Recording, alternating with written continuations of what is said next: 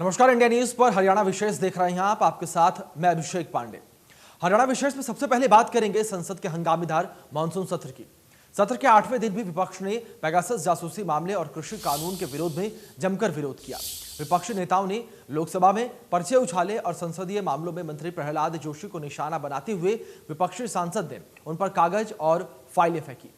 तस्वीरें आपके सामने हैं। तस्वीरों में आप देख सकते हैं किस तरीके से हंगामेदार ये सत्र रहा, किस तरीके से इस सत्र में हंगामा देखने को मिला और किस तरीके से कागज फाइलें जो हैं वो फेंकी गई।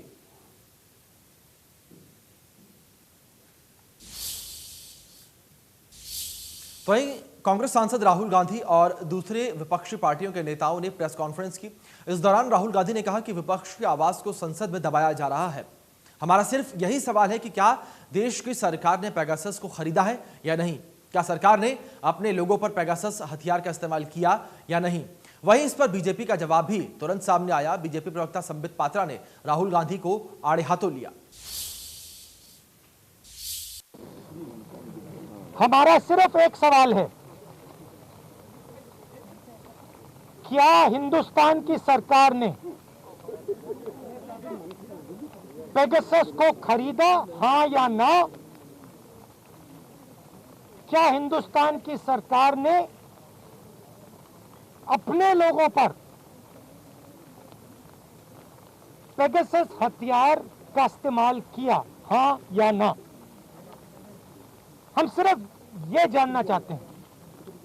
उस समय आप विशेष सत्र बुलाना चाहते थे, आज वास्तविक सत्र चल रहा है, उसमें एक दिन कोरोना के ऊपर चर्चा नहीं, एक दिन कोविड के ऊपर कोई चर्चा नहीं। जब आदरणीय प्रधानमंत्री जी मीटिंग रखवाते हैं कि सभी पार्टी के लोग, सभी दल के लोग आए, हम एकजुट होकर बैठेंगे, तीसरी लहर में किस प्रकार लड़ाई लड़नी है, हर जिले में कैसे एक ऑक्सीजन प्लांट खुलना है, उस पर हम चर्चा करेंगे, तो ये कांग्रेस वाले नदारत रहते हैं। उस समय वो दिखते नहीं है, वो उस मीटिंग का बहिष्कार करते हैं। जनता जनार्दन सब देख रही है। राहुल गांधी, आप लोगों के जीवन के साथ खिलवाड़ कर रहे हैं। लोगों ने आपके कुछ सांसदों को चुना है और भेजा है। उन इलाकों के लोगों का जीवन भी महत्वपूर्ण है, उनके साथ खिलवाड़ करना उचित नहीं है, यह आपकी जिम्मेदारी नहीं है। आप जनता जनार्दन की आवाज को दबा रहे हैं। तो सीएम मनोहर लाल प्रदेश के चहुमुखी विकास के लिए लगातार प्रयासरत हैं और इसी कड़ी में सीएम ने रेवाड़ी पहुंचकर सीएम मनोहर लाल ने प्रस्तावित एम्स का जायजा किया और काम में तेजी लाने के निर्देश भी दिए। दूसरी तरफ सीएम मनोहर लाल ने लंबे समय के बाद नारनौल का दौरा किया। दौरे के दौरान उन्होंने कोरियावास गांव में बन रहे मेडिकल कॉलेज का निरीक्षण किया और कहा कि उम्मीद है कि अगस्त 2022 तक यह बनकर तैयार हो जाएगा। उन्होंने अटेली में IMT को लेकर कहा कि खुड़ाना में IMT रहेगी, अटेली में अलग से इस पर विचार किया जा रहा है। उन्होंने अटेली में IMT को लेकर कहा कि खुड़ाना में IMT रहेगी और अटेली में अलग से इस पर विचार किया जा रहा है। तो दो तस्वीरें आपके सामने हैं। वहाँ की प्रगति देखकर आया हूँ। वहाँ पर लगभग 50% काम हो गया है और आज की जो जानकारी मेरी है कि अगस्त 2022 तक वहाँ वो बिल्डिंग पूरी हो जाएगी। अब 2022-23 की क्लासेस शुरू हो पाएंगे कि नहीं हो पाएंगी, ये MCI से जैसे हमको रिकॉग्निशन मिलेगी। अगर MCI ने 2022-23 की दे दी तो अगले वर्ष क्लासेस शुरू होंगी और नहीं तो फिर अगले वर्ष में हॉस्पिटल और बाकी बिल्डिंग के और जो काम बचेंगे उसको पूरा करके, क्योंकि वहाँ कम से कम 300 बेड का हॉस्पिटल भी चाहिए। 300 बेड के हॉस्पिटल से ही के साथ ही मान्यता मिलती है। आपको पता है कि बिल्डिंग बनना एक काम है, लेकिन मेडिकल डिवाइसेस उसमें लगाना ताकि हॉस्पिटल चालू हो सके वो उसका दूसरा काम है। तो 22-23 में बिल्डिंग पूरी हो जाएगी और क्लासेस शुरू होंगी, नहीं तो फिर उससे अगले साल होंगे। लॉजिस्टिक हब पर काम चल रहा है। एक सड़क का मामला रुका हुआ, कोर्ट के अंदर केस है, बहुत जल्दी उसका निपटारा होकर के वो सड़क भी बनेगी।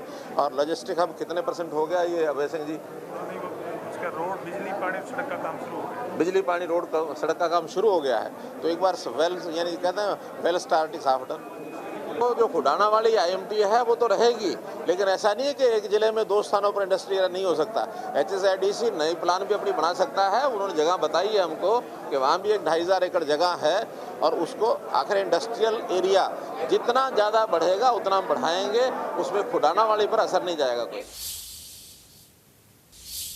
रेवाड़ी पहुंचे सीएम मनोहर लाल से कांग्रेस विधायक चिरंजीव राव ने मुलाकात की। मुलाकात के दौरान विधायक चिरंजीव राव ने मुख्यमंत्री के सामने रेवाड़ी से जुड़ी कई समस्याओं और मांगों को रखा।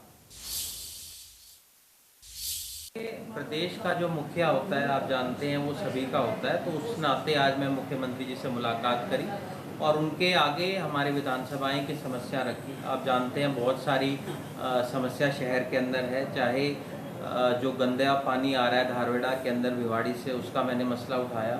जो जल भराव की समस्या पूरी हमारे रेवाड़ी शहर के अंदर है, उसका मैंने मसला यहाँ पर उनके आगे रखा।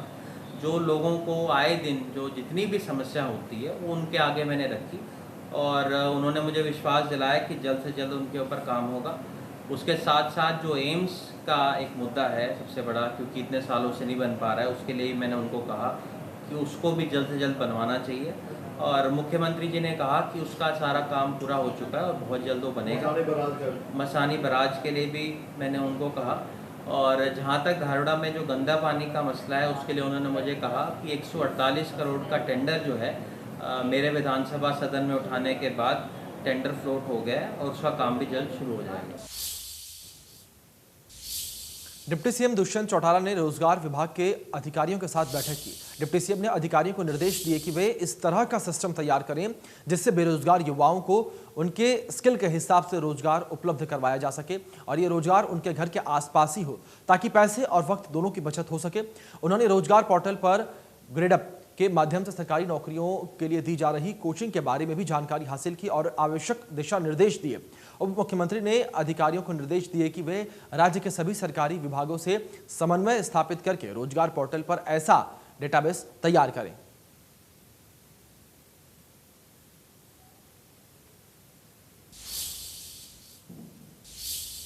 वहीं बल्लभगढ़ के स्वास्थ्य केंद्र पर कैबिनेट मंत्री मूलचंद शर्मा अचानक पहुंचे और टीकाकरण की व्यवस्था का जायजा लिया।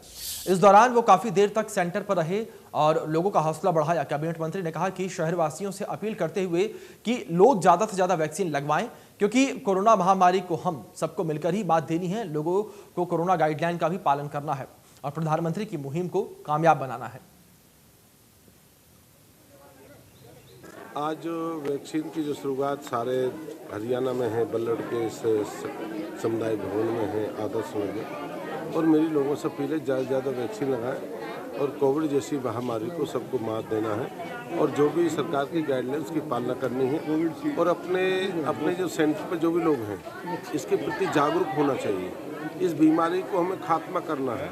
जहाँ भी जिस भी सेंटर पे इंजेक्शन होते हों, जहाँ भी वैक्सीन लग रही है, वहाँ ज़्यादा से ज़्यादा लोग और लोगों को जागरूक करें कि ये देश के प्रधानमंत्री नरेंद्र मोदी जी के जो अभियान है उसको हम सबको सफल करना है।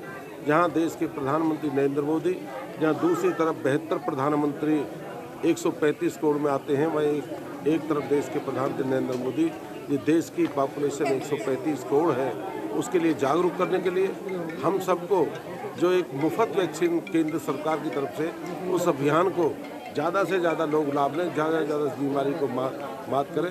मेरी सबसे अपील है जहाँ भी सरकारी स्थान है, सरकारी सेंटर है, वहाँ ज़्यादा से ज़्यादा लोग। तो एक खबर फरीदाबाद से, जहां पर अब अवैध फार्म हाउस और शिक्षण संस्थानों पर कार्रवाई होगी। वन विभाग की जमीन से अवैध कब्जे हटाए जाएंगे।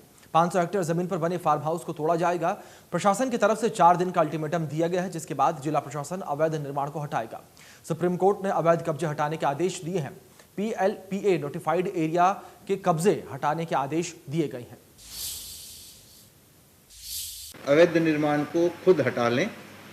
अगर वो ऐसा नहीं करते हैं तो निर्माण हटाने की कार्रवाई सरकारी एजेंसीज करेंगी और उस हालत में जो भी खर्चा आएगा वो खर्चा भी अवैध निर्माणकर्ता से और ज़मीन के मालिक से वसूला जाएगा।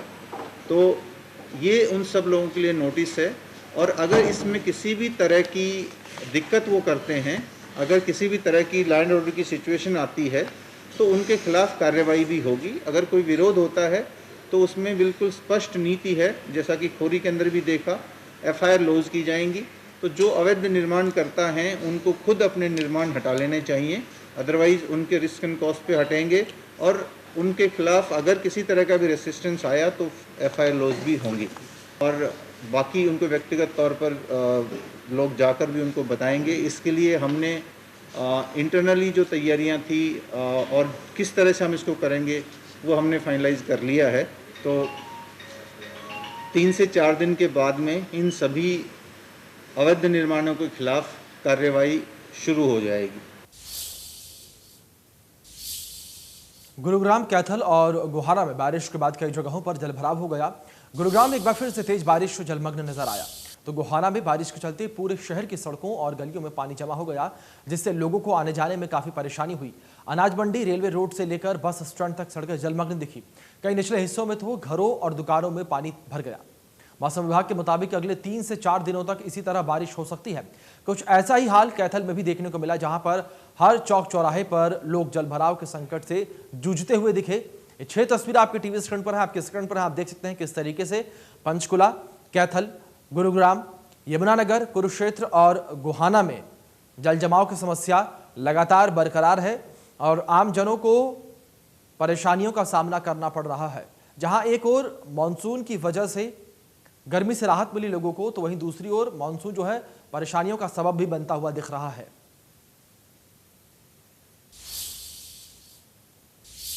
तो अंबाला की मेयर शक्ति रानी शर्मा लगातार एक्शन में दिखाई दे रही हैं। इसी कड़ी में मेयर ने शहर के वार्ड 9 का दौरा किया। इस दौरान कर्मचारियों की लापरवाही से मेयर नाराज दिखी। उन्होंने कर्मचारियों से पूछा कि मानसून आने से पहले ही व्यवस्था पर ध्यान क्यों नहीं दिया। इस दौरान बीजेपी के कार्यकर्ता भी विधायक के कामकाज से नाखुश दिखे। वहीं दूसरी तरफ मेयर शक्ति रानी शर्मा ने निगम अधिकारियों के जमकर फटकार लगाई।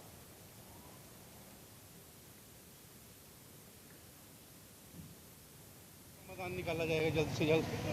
जब तक नाले का पानी नीचे आएगा मोटर लगवा देंगे, मोटर से पानी निकाल देंगे। और उसके बाद मैंने उनसे रिक्वेस्ट करी है कि आप लोग मिलके, मैं मशीन भिजवा दूंगी, आप लोग मिलके अपनी तसल्ली के हिसाब से सफाई करवा दें। अभी फिलहाल जो अभी फिक्स करेंगे ताकि मशीनों से पानी निकाल सकें, मोटर लगा के पानी निकाल सकें, पर लेकिन इसका परमानेंट सोल्यूशन करना पड़ेगा। ये नहीं है कि 1 दिन 2 दिन में हो जाएगा, पर लेकिन इसका परमानेंट सोल्यूशन करेंगे। पर अभी फिलहाल लोगों को रिलीफ देने के लिए अभी पानी को निकालना जरूरी है। ऐसे सड़क बना दी, ईटा लगा दी, थले तो मिट्टी पाई नहीं, बेड़ा ही गर्क होया। जो स्कूटर मोटरसाइकिल जाए ग्राम थले गिरदा, उसकी हड्डियां बाबा टुटदियां ही टुटदियां। कितने समय से यही हाल है? हाँ जी, कितने समय से यही हाल? जब का मशीन गोल है उसी ने ये बेड़ा गर्क करा है।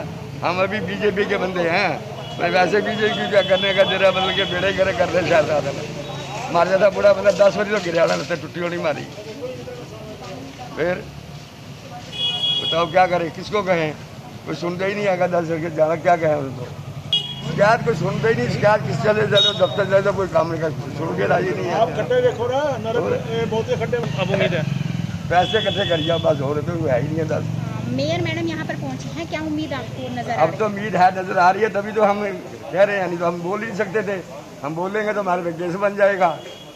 ऐसा क्यों? आपको ऐसा क्यों? हालात ही ऐसे हो रहे हैं इस टाइम। तो जो बोलेगा उसके अंदर केस बना देंगे, कोई ना कोई उसको ठोक देगा किसी तरीके में। तो क्या करेगा वो? हरियाणा में तेज बारिश कहर बनकर सामने आई है। रोहतक, झुलाना और कुरुक्षेत्र में तेज बारिश में मकान ही धराशायी हो गए। रोहतक में बारिश से एक पुराना मकान सड़क पर आ गिरा। गनीमत ये रही कि किसी की जान नहीं गई। वहीं झुलाना क्षेत्र में पिछले 2 दिनों से हो रही लगातार बारिश के चलते गरीब परिवारों के लिए मुसीबत का सबब बन गई है। झुलाना के वार्ड नंबर 12 में एक परिवार का मकान अचानक से गिर गया। तो झुलाना, रोहतक और कुरुक्षेत्र के 3 तस्वीरें आपके सामने हैं।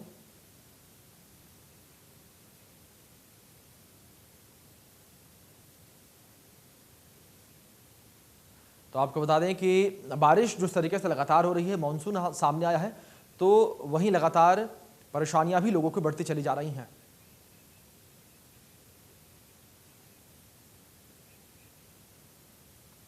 तो यहाँ आपको बता दें कि पीड़ित परिवारों से मिलने के लिए खेल मंत्री संदीप सिंह जो हैं वो पहुंचे। उन्होंने क्या कुछ कहा वो आपको सुनवाते हैं।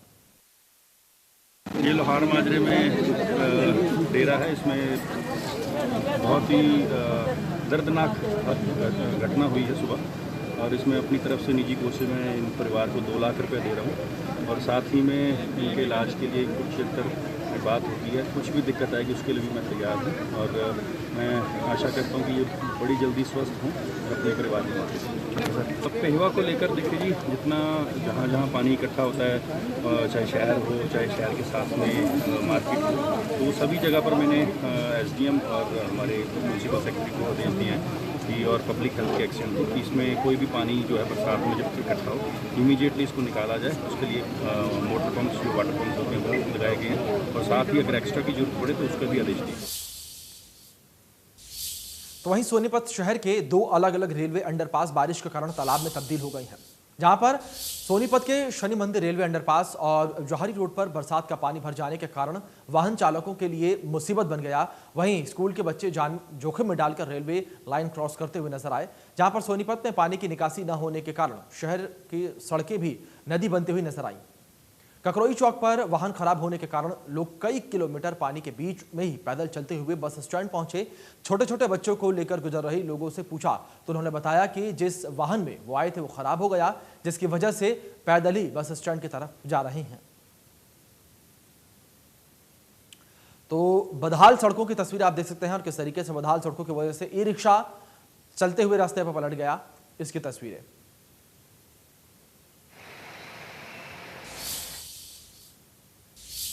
तो वहीं गुरुग्राम में एक बार फिर से जल भराव के संकट पर बात करने के लिए जब हमारी टीम गुरुग्राम के विधायक सुधीर सिंगला के घर पहुंची तो वहां पर जाकर देखा कि खुद विधायक सुधीर सिंगला के घर में भी पानी भर गया है। इस दौरान विधायक सुधीर सिंगला के बेटे ने बताया कि वह अधिकारियों से कई बार बात कर चुके हैं, कह चुके हैं, लेकिन अधिकारी यहां पर खुद को हेल्पलेस बता रहे हैं।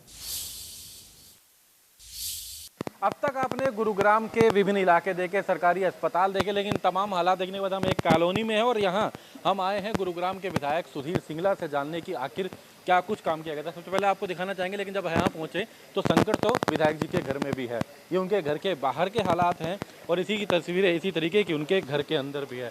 हम पहुँचे थे विधायक जी के पास, हालांकि वो तो घर पर नहीं है, चंडीगढ़ हैं, लेकिन उनके घर में भी जल भराव है। आप देख सकते हैं कि मोटर से बेसमेंट से पानी निकाल जा रहा है। खुद गुरुग्राम के विधायक सुधीर सिंगला, उनके आवास पर भी जल भराव का संकट है। आपको तस्वीरें दिखाएंगे उनके आवास की, ये आपको तस्वीरें दिखाना चाहेंगे कि ये गुरुग्राम विधायक का जो कार्यालय भी है नीचे जो उनका अगर बात करें, लेकिन यहाँ आपको जल भराव नज़र आएगा। जगह जगह पानी जो है वो पूरे गुरुग्राम में भरा है। तो ऐसे में विधायक का जो आवास है वो भी इससे नहीं, और विधायक के घर में भी पानी भरा हुआ। तो ऐसे में अधिकारियों को क्या तैयारियां थी, आपको नज़र आ सकता है कि चाहे गुरुग्राम के सरकारी अस्पताल हो, गुड़गांव के फ्लाईओवर हो, गुरुग्राम के तमाम जगहों पर इसी तरीके के हालात हैं। आपको बाहर लेकर के चलते हैं कि किस तरीके से आपने देखा कि ये हालात गुरुग्राम में लगभग अमूमन हर जगह पर नजर आएंगे, जहाँ जगह जगह जल भराव का जो संकट है वो सामने है। किस तरीके से अगर बात करें परिस्थितियाँ यहाँ पर बनी हुई हैं, इस पर बात भी करेंगे कि किस तरीके से एक बड़ी चुनौती जरूर जल भराव की है। गुरुग्राम विधायक सुधीर सिंगला जी के बेटे जो है वो यहाँ पर हमारे साथ हैं। अगर बात करें तो किस तरीके से आप हम देख रहे हैं आपके घर में भी जल भराव जो है, ये बेसमेंट में पानी भर गया है। जी सर, बिल्कुल भरा है। आप देख सकते हो हमारे जो बाहर के जो नेबर लोग हैं वो भी बाहर खड़े हुए हैं, सबके घरों में पानी भरा है, ये नहीं कि हमारे घर में भरा है। और ये भरा है इसकी वजह से, अगर ये प्री प्लान पहले से पता होता है कि बारिश आनी है, और इससे पहले भी लास्ट वीक इस तरह की बारिश हुई थी। आज ऐसी बारिश नहीं थी, बट क्योंकि पहले से ही ड्रेनेज सिस्टम सारे रुके हुए हैं, इस वजह से आप देख सकते हो कि वही बात की पिछले सप्ताह भी एक संकेत तमाम प्रशासनिक अधिकारियों के पास गया कि पूरा गुड़गांव डूबा हालात रहे, उसके बावजूद भी कोई सुधार प्रशासनिक अधिकारियों के द्वारा नहीं किया गया। मानते हैं कहीं ना कहीं कमी रही? बिल्कुल रही है सर, कमी तो रही है। देखो, गलती हुई है तो बिल्कुल हुई है। अगर ये क्लीन कर देते, जो पानी पहले का पड़ा था क्लीन कर लें, तो कभी पानी नहीं भरे। क्योंकि जिस तरह ड्रेनेज सिस्टम बने हुए हैं, मैं मानता हूँ कि वे काफ़ी प्लानिंग से बने हुए हैं, बट ड्यू टू अनक्लीनलीनेस, जो मिट्टी होती है वो रह जाती है, उसकी वजह से पानी बढ़ता है। आपके यहाँ पर भी इस तरीके जो पानी जल भराव रहता है, इसकी जानकारी अधिकारियों को दी गई थी पहले? क्योंकि कॉलोनी में हम देख रहे हैं पानी, हालांकि घर के बेसमेंट में भी है। सर पहले भी दी है और आज मैंने अर्ली मॉर्निंग भी दे दी थी, जब से पानी भर रहा है। अब तो शायद बारिश कम हो गई है, उससे पहले तो यहाँ तक पानी आने लग गया था। हमारे लास्ट वीक भी सारा मतलब बेसमेंट के अंदर जो नियर बाय बेसमेंट सबकी पानी ऊपर तक आ गया था। मैंने मॉर्निंग में ही कह दिया था कंसर्न एसडीओ को कि भाई हमारे यहाँ पे पानी आ रहा है, तो थोड़ा सा देख सकते हो, but at the time of this moment they are very helpless. तो आप ये देख सकते हैं कि तमाम ये हालात गुरुग्राम के अंदर नजर आ रहे हैं, जिस तरीके से पूरा दिन हमने ये सुबह से ही हम तस्वीरें देख रहे हैं कि जल भराव का ये संकट, बड़ी चुनौती तमाम जगहों पर है। गुरुग्राम के राजीव चौक की बात की जाए, गुरुग्राम में तमाम जगहों पे बात की जाए, या आप देख सकते हैं सामने भी लोग अपने घरों के बाहर से घरों से पानी निकाल रहे हैं, अपने ऑफिसों से पानी निकाल रहे हैं। और यही हालात गुरुग्राम में, हालांकि जो अभी हम आपको घर के हालात दिखा रहे थे, ये सीताराम सिंगला उनके नाम का बोर्ड भी लगाया है, पूर्व मंत्री हैं। उनका आवास उनके बेटे, जो कि फिलहाल गुरुग्राम से, इस साइबर सिटी, हाईटेक सिटी के मौजूदा विधायक हैं सुधीर सिंगला, उनका ये आवास है। और सुधीर सिंगला के बेटे से हम बात कर रहे थे। हालांकि खुद विधायक तो चंडीगढ़ हैं, लेकिन चंडीगढ़ जो अपने प्रशासनिक अधिकारियों से अपने क्षेत्र के विकास की बात करने गए हैं, वो विकास किस तरीके का है शहर के अंदर, ये इन तस्वीरों में नजर आ रहा है। जल भराव बड़ी समस्या, बड़ी संकट, एक चुनौती अभी भी है। और खासकर तब जब एक सप्ताह पहले पूरा गुरुगांव डूबता नजर आया, एक व्यक्ति की अंडरपास में डूब करके मौत हो गई। उसके बावजूद प्रशासनिक अधिकारियों ने कितना सबक लिया, ये तमाम तस्वीरें सामने हैं। गुरुग्राम से कैमरामैन गीतम के साथ दीपक शर्मा, इंडिया न्यूज। फिलहाल बुलेटिन में इतना ही। तमाम बड़े अपडेट्स के लिए देखते रहिए इंडिया न्यूज। धन्यवाद।